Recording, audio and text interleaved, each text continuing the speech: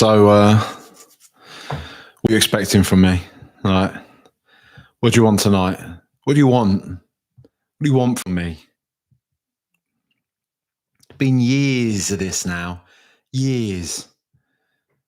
Years of false dawns and trying to bright side a load of these performances. No, I'm not losing my bottom. We're unbeaten. Look, bright side. Bright side, we're unbeaten. Unbeaten in the Champions League this season. You're still thinking about the bad news, aren't you? What am I supposed to talk about with that one? Do you know what I mean? It was completely forgettable game of football, wasn't it? Akliouche looks good. That lad we were linked to that we didn't sign. He looks decent, doesn't he? Thomas Frank's starting 11 was quite bizarre.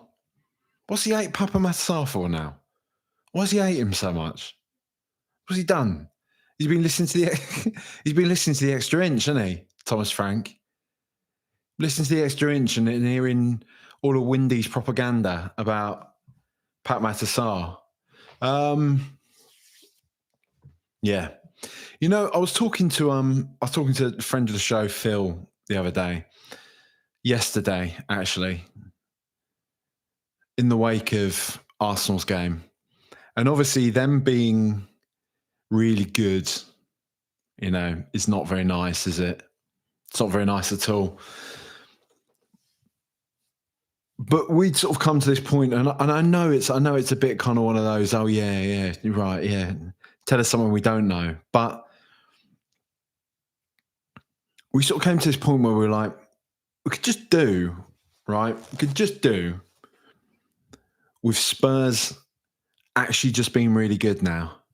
Do you know what I mean? Like, none of this kind of like tiptoeing around. Maybe we'll be good if we sign this player, or maybe we'll be good if that player stays fit, or maybe we'll be good when these players gel. Maybe we'll be good when, and we sort of present all these scenarios, don't we? And we end up kind of being all right. Like there's definitely been some like really quite acute lows down the past few years, but there's a massive high last year, and there have been highs in between. It's been such a sort of, what is it you call it? Slaloms going side to side, isn't it? What's the other one like? I don't know, a roller coaster. There you go. It's been a roller coaster. I was trying to think of something else. What I was trying to do there was be too smart for my own good. I didn't want to say roller coaster because I thought that's too gauche. Everyone says a roller coaster of emotions, and I felt like I was above it. And then I just said the slalom, and it just made myself look silly there, haven't I? There's been some ups, there's been some downs the past few years. But you know what? Like, I just want Tottenham. I just want Tottenham to be really good. Like, I don't want to have to like do these pods where I'm like either holding back bits of my opinions, or because I'm like, I don't want to go too hard. I don't want to be too hard too soon. I don't want to seem too fickle. I've been backing Frank up until this point, but has something just clicked the past few games where I'm like, nah, get rid of him, get Glasner in.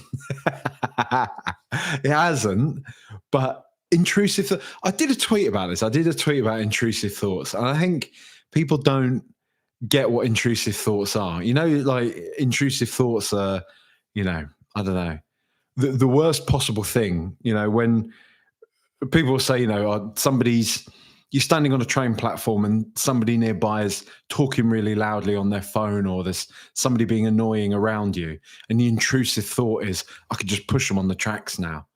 I could push them in front of a train. That's like an intrusive thought. It's the thing that's like, what's the worst thing that can happen in this situation? It's just creeping there in the back of your head somewhere, reminding you that ultimately, that for all our kind of these layers of like societal programming we put on ourselves, we are just instinctive beasts. We're primates. Do you know what I mean? Do you ever think that like this is one of those old things like I used to think about when I was in a certain frame of mind, shall we say, in my youth. me and my friends would say it's well weird, isn't it, when you're like walking around the streets and you see people driving cars, people going to shops and all this sort of thing. It's weird when you like view it when you view it through the prism of the fact that we're all apes. You're like, that's an ape driving a bus, that is. When you're getting up on a plane, when you're flying 30,000 feet in the air, it's just an ape. Like, that's what it is, you know? You look at all your friends and family and stuff, all apes. Everyone's an ape. Looking in the mirror, it's an ape. It's like when an Indian elephant looks at an African elephant. That's us looking at a gorilla or something, you know? We're just apes, got clothes on, all that type of stuff. Intrusive thoughts, though, that's what it comes to. It's that what is it, like the chimp brain programming there, that in the wild, what am I going to do here? Rip and tear, bite, maim, tear. And the intrusive thought around this one is Thomas Frank actually useless? Are the tactics lot, are they actually correct? Are we horrible? Is it not that it's not a personnel thing? Is it not that, there's these various things? Is it just quite simply that, his ambition is stunted? He's been too used to managing a, let's be honest, like far more inferior team in Brentford than Tottenham Hotspur. Say whatever you want about Tottenham, but we're a big club. Does he have the ambition? Does he have the mentality to take it to Spurs? Does he?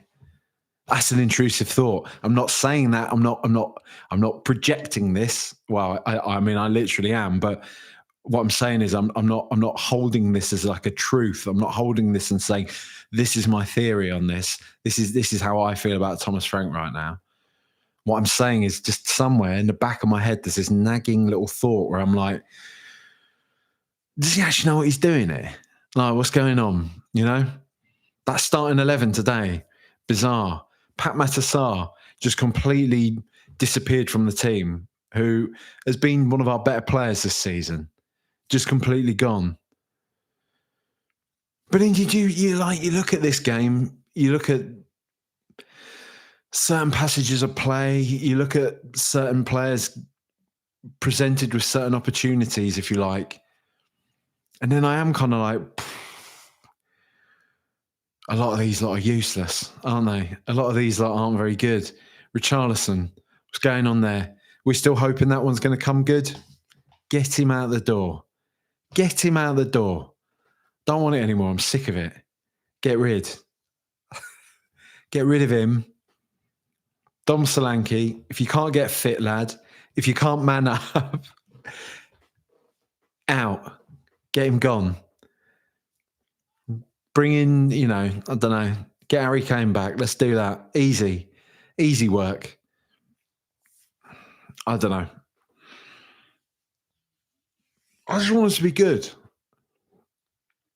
I'd love to have a season of doing these pods, not just like the pods where I'm talking to other people. I'd love to have a season of talking to other people where everyone's buzzing and we're sort of tripping over ourselves, trying to lavish superlatives upon Tottenham Hotspur Football Club. I'd love to be doing these post-match pods. Imagine if I was doing these post-match pods in 16, 17. I mean, I wouldn't have been doing them because I actually went to games back then. But just, do you know what I mean? If I was doing this sort of thing back then, 16, 17, imagine that. Imagine the praise you could lavish upon the team week in, week out then. But instead, it's been 5 years. I don't know how long how many what season? I can't actually remember how many seasons I've been doing these post-match ones for. Is this the third season or the fourth season? Either way, it's felt like it's been just years of like, blah, blah, blah, this might be all right, but it probably won't be. I just want to talk about Spurs being good. Sorry if that offends you,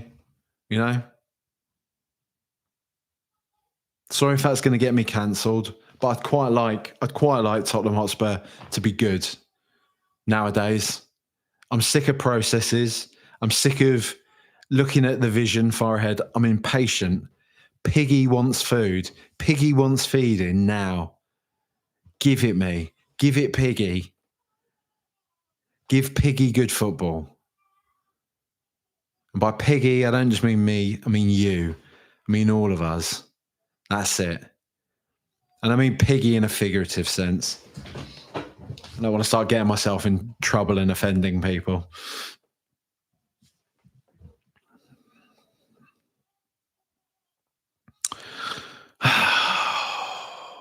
Look, this is a rambling mess. I know it's a rambling mess, but what is there to talk about from that game? It was an absolute non-event. Absolute non-event. Nothing to talk about. Nothing whatsoever. I know here I am. Here I am still. But absolute non-event. Let's see what everyone else is saying. Let's have a look. Ricochet Pig says a 0-0 thrashing. Yep. Isla Lily White, been waiting for this with lots of prayer emoji hands. Thanks as always, Jack. No, thank you. Isla Lily White says, got to start Randall Kolo Muani at the weekend, surely. Yeah, why not? Why not? Let's do it.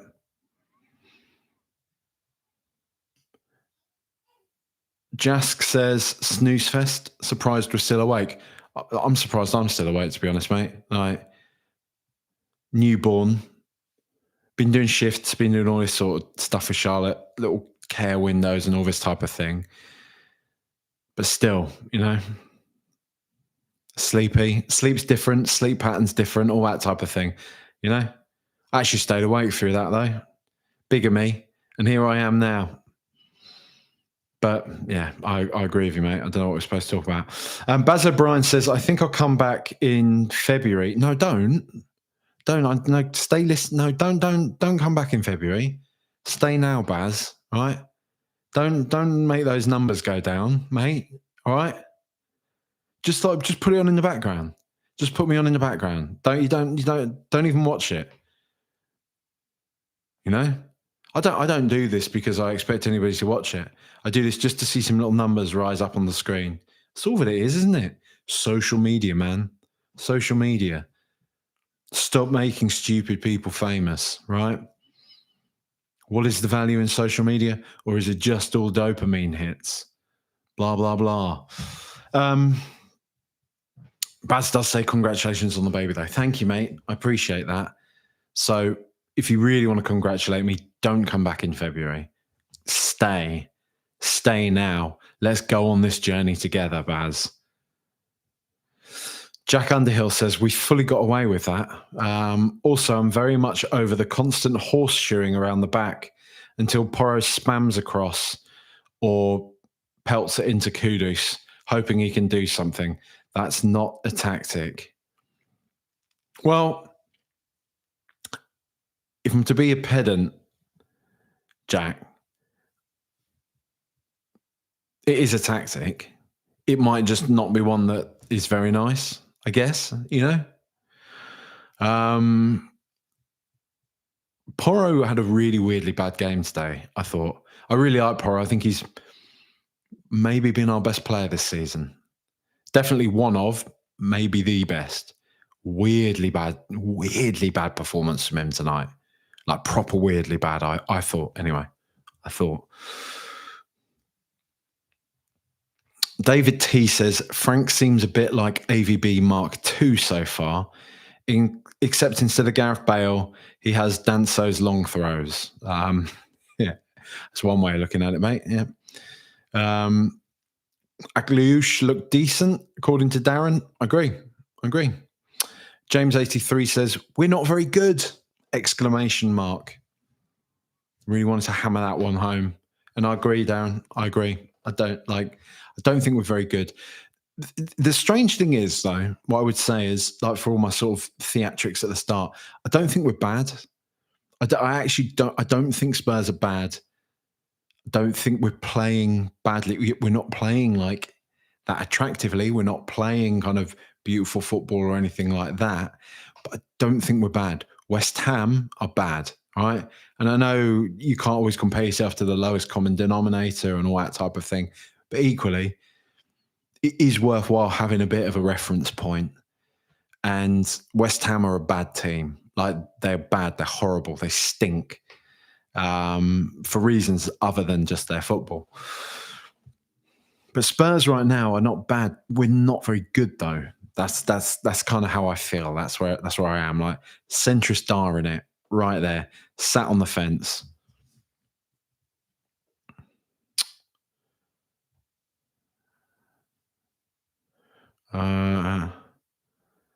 Not Brett May says Chelsea, Liverpool, superb Spurs with loads of poo emojis. I guess, I don't know. Maybe it's an Arsenal fan or something. Nick Shipley. Oh, here we go.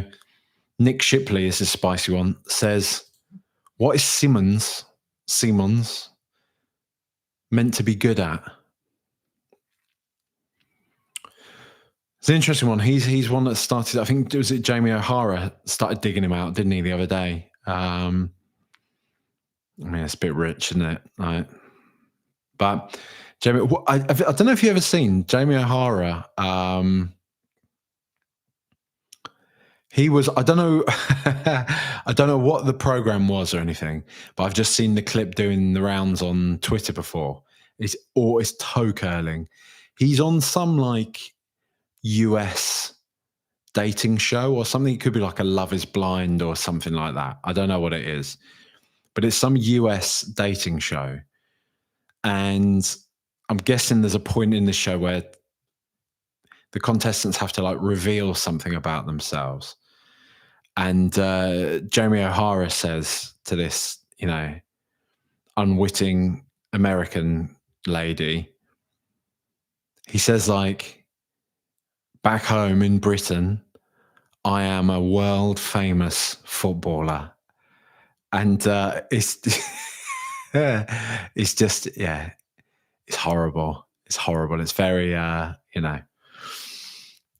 it's toe curling. What is Xavi Simons good at? Well, he's supposed to be good at being creative, isn't he? A lock picker, eh? Exploiting space, breaking teams quickly, all that type of stuff, right? There was that moment today where the intrusive thought started to take over, and I went onto WhatsApp to the lads, and I had to have a little moan about the moment when we were on the break, basically, and Simon's got the ball in midfield, and then he just stopped and turned backwards and looked to pass it backwards again. When you had like Moani and Kudus like bombing it on past him, I didn't like that. It wound me up a bit.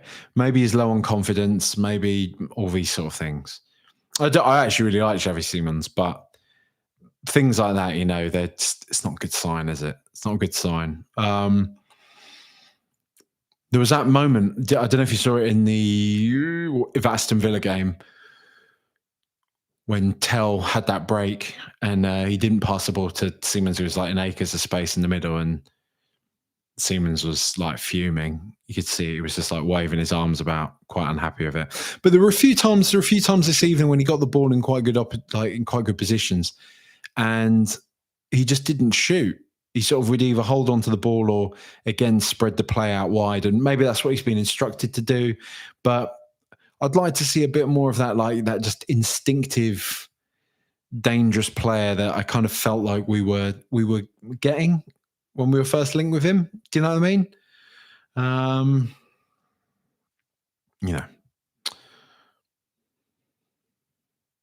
Lee says, Bergvall is a clear example of subconscious pretty privilege in society. That's quite funny. I do think he's good. Stinking performance tonight, though. Real stinking performance. And I think this is sort of the point I've made on Bergvall before. And the point I'll make on Bergvall, the point I'll make on Odobert, Tell, all of these lads, right? I think the main thing is there's there's so much chat at the moment about like, is Odegaard any good? Is Tell any good? And it's like, if we were building a team properly, right? If we had a chairman, if we had an owner over the past few years that prioritized sporting success, that prioritized Spurs being really good on the field. On the field, it's very, isn't it? You know, I was just doing the Inglorious Bastards 3 hands there. On the pitch,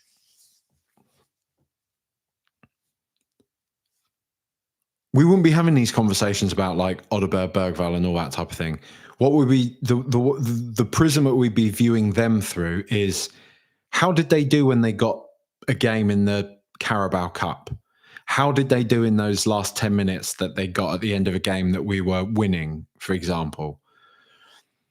What we're constantly doing is having these conversations around like teenagers or players in their early 20s who don't have that much experience, who have been thrust into like an expectant into they've been thrust into the team for an expectant kind of group of fans, which I think is fair. You know, Spurs fans pay a lot of money to go and watch their team. Spurs set the bar quite high. As I was saying on Twitter, you know, the club, they reap the rewards of Spurs becoming a top tier club, if you like. They reap the rewards of the big brand partnerships and all that type of stuff. They reap the rewards of being able to charge fans more money. Well, you get to come to this world-class stadium and watch Harry Kane and Son Heung-min. I think that's more than reasonable. You should have to pay £15,000 a season to come and watch them. But the part that the club didn't like, the part that they didn't like was, oh, when we sell like all these really good players or they retire, Vertonghen, you know, Eriksen, Dembele, Wanyama, Kane, Son, so on and so forth. If you actually want to stay like competing at that top level, you have to replace them with like other really good players. I mean, yeah, it's not quite working out so far for them, but like, look at what Liverpool have been doing this summer. You know, Salah's still in the team, and they're already kind of buying their new raft of superstars, if you like. Spurs never did any of that, did they? What we did is buy all the sort of youth players that we should have bought when, not exactly man for man, because obviously some of these players weren't old enough. But the point I'm trying to make is the promising, exceptional talents of tomorrow, we should have been stacking those players up. You know, all those transfer windows when we didn't buy players, at least stack those talented, young, promising players up to be understudies for Mr. Dembele's and so on and so forth, right? We didn't do that. What we've just done is just be reactive and just waited for all those players to you know, cark it effectively, and now just replace them with a load of 18-year-olds and 20-year-olds, and then everyone gets angry and is like, why aren't we challenging for the title? It's not their fault, is it? Like this, I think this is the point I've tried to sort of maintain with Tell and Odegaard.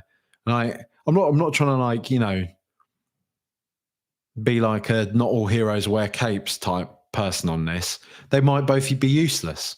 And I don't sit here and say that I think Tell and Odegaard are both fantastic. I thought Odegaard was actually really good tonight, I've got to say. Like, as much as I keep talking about, I'm talking about him in the wider scale of things.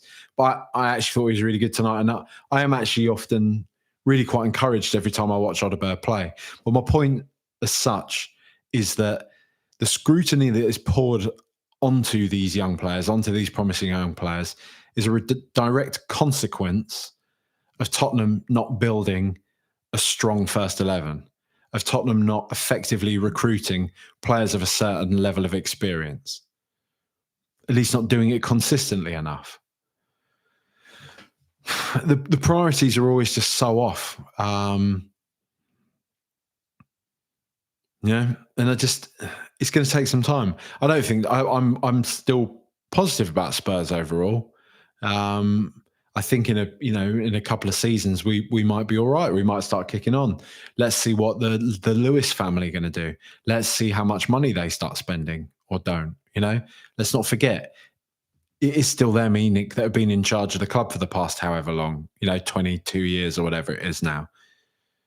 Just because Levy's gone doesn't necessarily mean that we're going to start, I look at the thing is, like, things could change very quickly for Spurs, right? I look at this team and I think, I know this sort of stuff is fantasy football manager, FIFA, ultimate team stuff. But to really, and I mean really, like if we're being a serious team, if we go to them with a serious package, the players and the clubs, and we sell them a proper serious vision, Adam Wharton and Antoine Semenyo are two players that Spurs could afford. A club of Spurs with the sort of the money that we have, we could afford those players. We could pay their wages, and we should be enough of a draw. I know they're both very, very sought after players, but at the same time, if we got them and said, "You're our two star players, we're going to build the team around you." Got Xavi Simons in there, a few other sort of good players.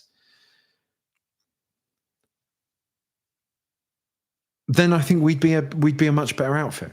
Instantly, if we had those two, it'd give everyone a lift, and I'd instantly be thinking, Spurs mean business here. Spurs are serious. And maybe we will do that. But I think those are the sort of moves we've got to start making. What's that? Semenyo and Wharton,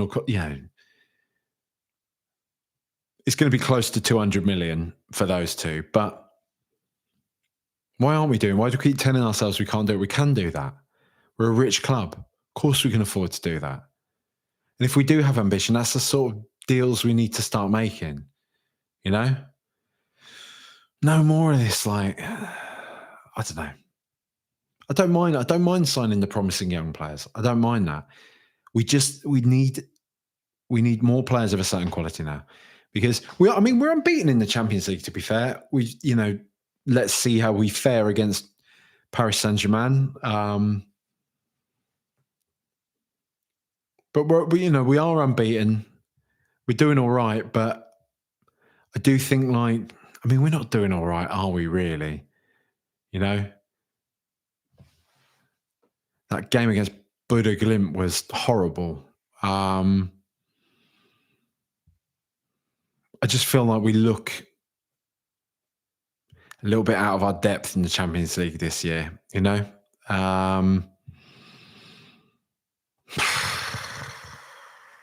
I don't know. Ando says that was pretty concerning. A lot of familiar failings in attack, and now we've added defensive frailty to the mix. James 83 says undulating. That was it when I was talking about roller coasters earlier. Undulating. Nice. Chris Jones says congrats on the win. Thank you, mate. Sam Salinas says our ceiling under Frank is 7th-8th. Maybe. Pieman18 says, I keep thinking the same thing about Frank.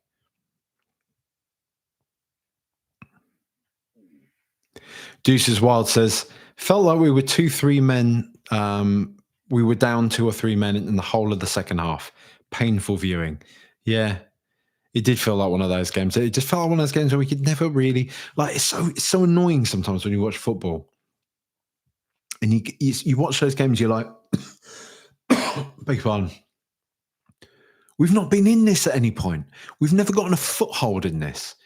Everything that we're trying to do just feels scrappy and feels rushed and feels panicked. Why does it feel like there's no plan other than kind of stop them from scoring goals? Don't know. James 83 also says it feels like we've been playing this way for years. Yeah, it does a bit.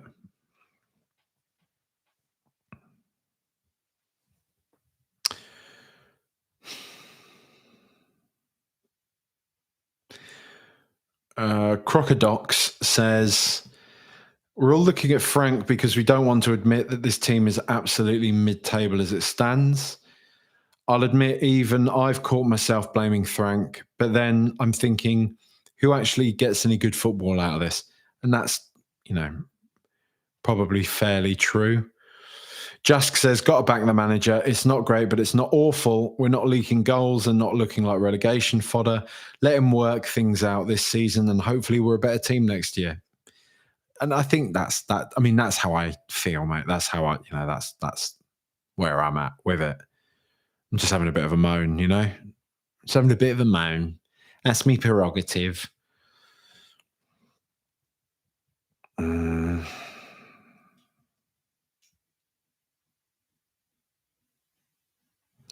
Wilson T talks about like the stiff double pivot. Let's have a look. Where is it? Why is he playing such a stiff double pivot? Oh, matron. Not giving Xavi a confidence booster from the start was bad management. Yeah.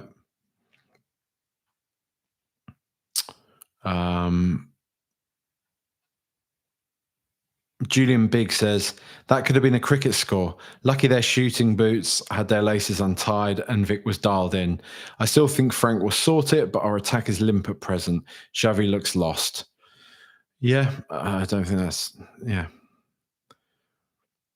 I think that's pretty fair, Julian. Thomas Jones says, huge congrats on the little one. Properly chuffed for you. Thank you, mate. What concerns me most is the lack of goal scorers in our squad. Yeah. Somebody, what's he called? Brian Dagul, who is normally, he's mostly known for like purple and gold stuff and all that type of. I'm not saying this in a, I'm not saying this in a mean way. I'm just saying that's kind of that's how you might have come across him before. But he put out this thing that I made fun of a bit only because he used this AI image that looked funny. It had that thing where it was generating players' faces and it just looked like they'd been created in like a 1999 version of FIFA or whatever. But his tweet was essentially that Tottenham have lost 86 goal contributions from last season. So Son with 23, Maddison with 23, Kulusevski with 20, and Solanke with 20. That's not nothing, is it? It's not nothing.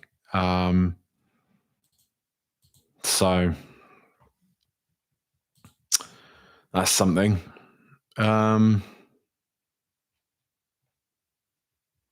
Mega Major Danger says, fair to ask questions of Frank at this point. We shouldn't be this bad with the players out there. And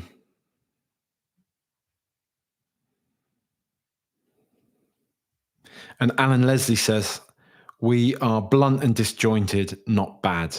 Does Frank realise we aren't Brentford? I'm not so sure how we get out of this.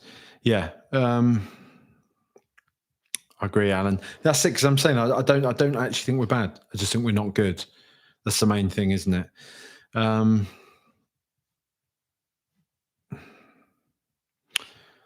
Simply Ace says, from the Villarreal game, things have fallen apart. Yeah, I don't know. Don't know if they've fallen apart, have they? Maybe. We'll see. He also says the next two windows will show if we've changed or not, which is, yeah, I think is true.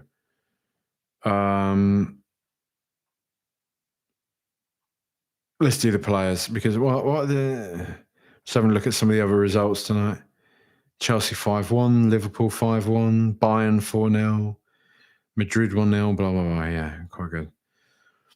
I just don't want to, just don't let Arsenal win.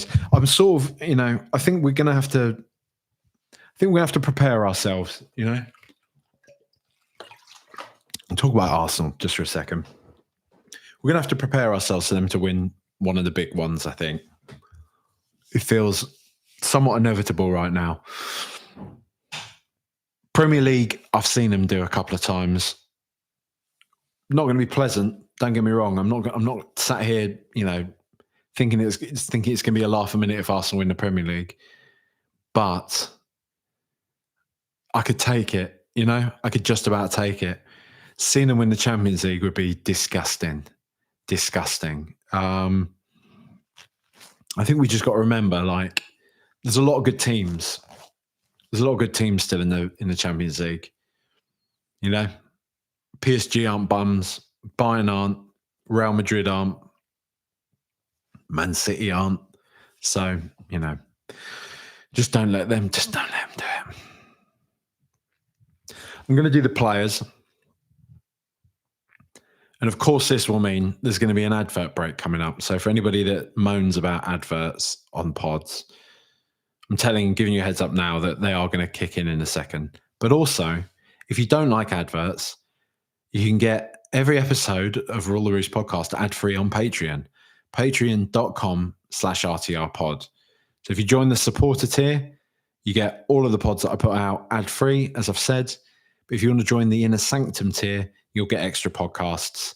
You'll have access to some of the evergreen pods that I've already produced, and you'll also get the match previews and random bits I do throughout the season on there. So patreon.com/RTRpods.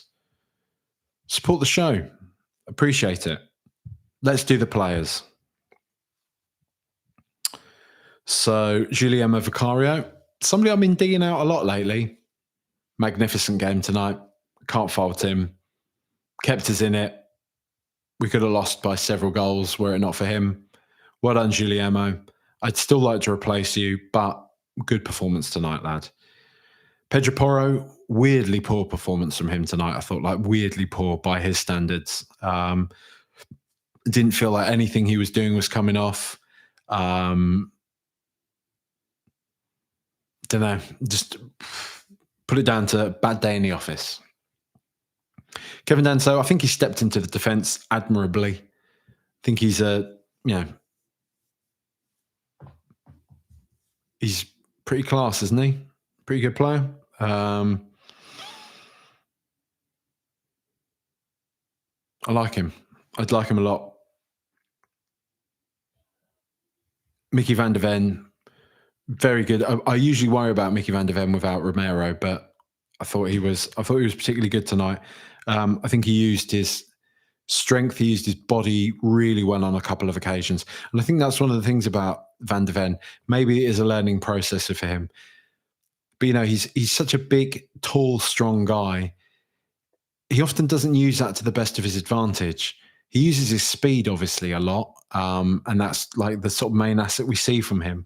But I want to see him kind of develop a bit more, using his body more intuitively and everything. And I think there were a couple of occasions in the game today where he got himself between the player and the ball without committing a foul, without even really needing to tackle, if you like, commit himself to a tackle, just kind of gliding in, muscling a player off the ball and carrying it forwards, being the start of an attack for us. Sometimes I do want to see him be a bit smarter when he's playing. And tonight was a very good example of that. Palhinha sort of floated between centre-back and centre midfielder. Decent enough performance. Obviously doesn't pass the ball forwards, we know that, but decent enough. Archie Gray is, I think, a lovely player. I want to see Archie Gray playing alongside João Palhinha instead of Bentancur. There was especially towards the end of the game, there was a really, really nice run that Gray pulled off. He kind of ended up getting the ball tangled in his own feet and didn't really do anything with it, but still, the intent was there, and I thought it was quite nice. Rodrigo Bentancur, can't be bothered. You know what I mean? I can't be bothered to keep doing this one, talking about him. Waste of space for me. Mohamed Kudus tried to do the best he could. We rely on him too much. We rely on him in non-inventive ways. We just punt the ball to him and hope that he can do something with it. He's a magnificent player, so he ends up imposing himself on more games than he doesn't. But it'd be nice if we could work him into a more cohesive sort of attacking unit, whereby all the pressure isn't just on him. He can add his own flair to a great attacking unit, as opposed to just self. But he's a lovely player. Oh, night to forget, in my opinion. But yeah. Wilson Odobert, I thought was decent. I thought it was decent performance from him tonight. I'm more encouraged every time I watch him play than I feel the need to criticise him. To be honest, I think he's all right. I think he's a decent player. Richarlison might as well have not even been on the pitch, so I don't really know what I can say about him. Xavi Simons, quite disappointing when he came on, but I'm sure his confidence and everything is a bit all over the shop at the moment. Matsart, I thought was good as ever when he came on. Got stuck in, got involved in pretty much everything. Don't know what's going on there. Needs to figure more. Brennan Johnson skied the one shot that he was hoping he would be able to get in the back of the net when we had that nice break at the end, and he was there hovering on the back post. But yeah, skied it, fluffed his lines. Whatever. I think Frank clearly doesn't really fancy him, so we'll see on that one. Randall Kolo-Muani, actually all right when he came on. Let's see a bit more of him. Maybe see him on the weekend. That would be quite nice, wouldn't it? Jed Spence, decent enough when he came on. Didn't do a lot really, but was all right. That's not the most in-depth kind of player analysis there, but starting, what was there really to talk about there? Not an awful lot, but still, as I say, positives. We're unbeaten in the Champions League. Yeah, there you go. Thank you, everybody, for tuning in. Thank you for watching. Thank you for listening. Please drop ratings, reviews, share the podcast, all that type of thing. I will be recording a podcast tomorrow with the one and only Dan Lowe. When I say tomorrow, I'm obviously recording this on Wednesday evening. So take from this Thursday. If you have any questions that you would like me to ask Dan Lowe, tweet them at me, send me a DM on Instagram, Blue Sky as well, or comment it on YouTube too. Comment it on Spotify. Send me some questions to Dan Lowe, Tottenham royalty, real legend. Really looking forward to talking to him. A very funny man who no doubt will have been out in Monaco. So that'll be good to talk to. But yeah, other than that, much love. Thank you very much. Appreciate you. Bye. Up the Spurs.